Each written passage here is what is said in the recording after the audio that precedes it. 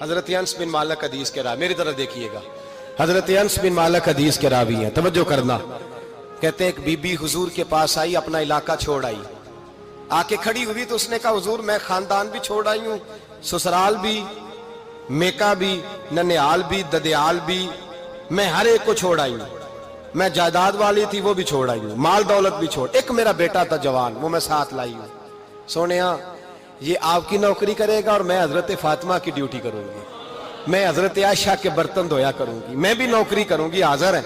فرماتے ہیں رسول پاک نے بچہ اصحاب صفہ میں رکھ لیا، اصحاب صفہ میں، اور بی بی کو نبی پاک صلی اللہ علیہ وسلم نے عورتوں کے ساتھ متعین کیا۔ حضرت انس کہتے ہیں وہ نوجوان بڑا پیارا، بڑا میٹھا، بڑا دھیما، بڑا وفاشار، وہ سبق اچھی طرح یاد کرتا، وہ نماز دلچسپی سے پڑھتا، وہ حضور کی باتوں کو غور سے سنتا، وہ رسیلا، وہ سنجیدہ، وہ کم گو، وہ میٹھا، وہ پیارا۔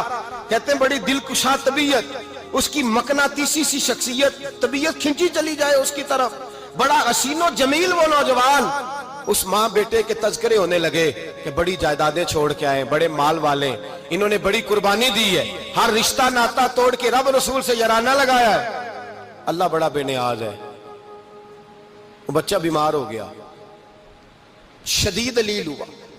حضرت انس بن مالک فرماتے ہیں ہم قریب جا کے بیٹھے تیمارداری کرنے تو اتنا علیل ہوا کہ اس کا وجود کانپنے لگا۔ کہتے ہیں کچھ ہی دیر گزری تو اس نے کلمہ پڑھا، روح پرواز کر گئی، روح پرواز کر گئی، سننا روح پرواز کر گئی۔ کہتے ہیں نبی پاک صلی اللہ علیہ وسلم کو بلایا، حضور آئے تو آنکھوں میں آنسو۔ نبی پاک صلی اللہ علیہ وسلم نے سر پہ ہاتھ پھیرا اور پہلے حضور نے جملے ارشاد فرمایا تم غسل دو، کفن دو، میں خود اس کا جنازہ پڑھاؤں گا۔ پھر حضور نے فرمایا نہیں، اسے غسل نہیں دینا، ارادہ بدل گیا ہے، پروگرام تبدیل ہو گیا، اسے غسل نہیں دینا، کفن نہیں دینا۔ حضور کیا کرے؟ فرمایا اس کی اماں کو جا کے بتاؤ۔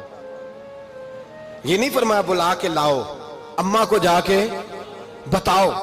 حضرت انس کہتے ہیں میں نے کوئی نرالا سے رنگ دیکھا، کوئی منفرد سا انداز دیکھا، ہمیں بھیج دیا اماں کو بلاؤ، اور خود نبی پاک اس کمرے سے نکل گئے اور حضور کے آنسو بھی یکدم خشک ہو گئے، مزاج بدل گیا، پریشانی بدل، اماں کو بلاؤ اس کی۔ پتہ نہیں ارادہ ہے محبوب کیا ہے، ارادہ ہے خدا کیا ہے۔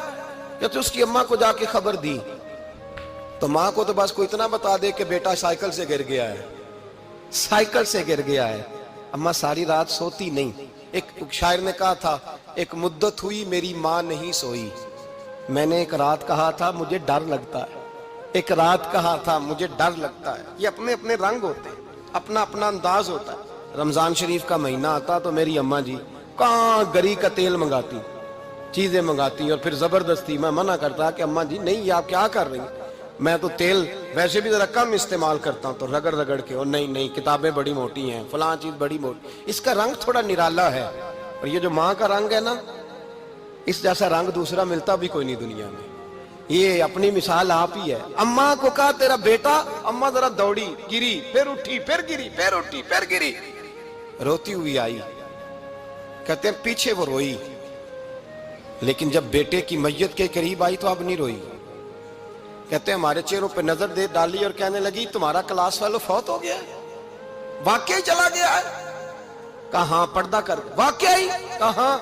کہتے ہیں اماں نا زمین پہ بیٹھی اور پہلے اس نے بیٹے کے پیر اٹھا کے چومے، پھر سینے پہ رکھے، پھر وہاں سے اٹھی اور ادھر آئی، سر سجدے میں رکھا اور دونوں ہاتھ اٹھا کے کہنے لگی اے اللہ میں دولت کے لیے ایمان نہیں لائی تھی، اے اللہ میں جائیدادوں کے لیے کلمہ نہیں پڑھا تھا، مولا میں تیری بارگاہ میں آئی تھی تو میں تیرے اور تیرے رسول کو مان کر آئی تھی، خدا بندہ میں نے میکے چھوڑ دیے، سسرال چھوڑ دیا، ننیال چھوڑ دیے، ددیال، وہ دشمن تھے سارے دین کے، چھوڑ کے آئی، میں نے آرزوؤں کا بڑا مکان بھی چھوڑا، خدا بندہ بیٹے نے جانا تھا، مجھے شکوہ کوئی نہیں، لیکن خدا بندہ اب میرے سارے کہیں گے تو نے کلمہ پڑھا تھا تو تیرا بیٹا ہی چلا گیا۔ اے اللہ کی اگر نے دل مسلم کی دل جوئی نہیں، تانا دیں گے بت کے مسلم کا خدا کوئی نہیں۔ اے اللہ میرا یقین کہتا ہے کہ اگر تو مارنے پہ قادر ہے تو زندگی دینے پہ بھی قادر ہے۔ خدا بندہ کافروں کو راضی نہ کر، وہ خوش ہو جائیں گے، وہ مجھ پہ تانے کسیں گے، پھپتیاں کسیں گے۔ اے عرش کے مالک